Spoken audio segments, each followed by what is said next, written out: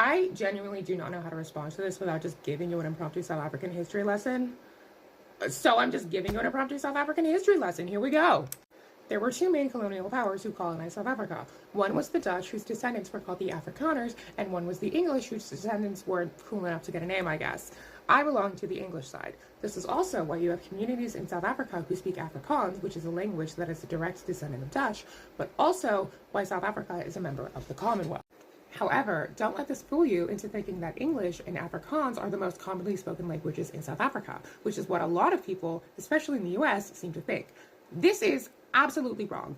While English is the most common spoken overall, natively is only spoken by like less than 10% of the population. Same with Afrikaans. The most commonly spoken language natively in South Africa is Zulu, followed by Xhosa.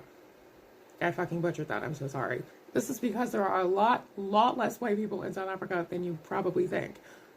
Which you shouldn't, it's fucking Africa. I don't know why people think this.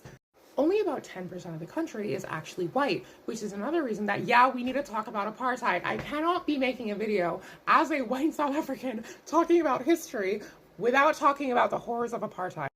I don't think people realize just how recently apartheid ended. It only officially ended in 1994. You know someone older than that. Your mom is probably older than that. Hell, if you don't know anyone older than that, you're probably a Victorian orphaned boy being raised by other orphan boys. The negotiations to end apartheid lasted for 4 years. They ended the same year that Friends came out. The Simpsons is older than when they started. Every president in US history is older than the end of apartheid. Every president in South African history is older than the end of apartheid. Like, I don't think y'all realize just how fucking crazy this shit was. Trevor Noah, who at this point is one of South Africa's biggest cultural exports, was literally born a crime. It's actually a title of his book. But this is because the interracial marriage and sexual relations that his dad and mom had to have were both incredibly illegal. That shit only ended in 1985, like 5 years before the negotiations to end apartheid first took place.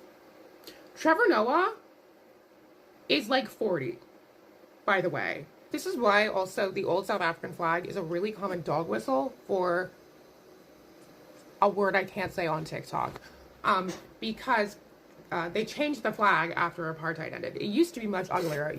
This is the old flag. It's also really fucking ugly. Like, why is this flag sideways?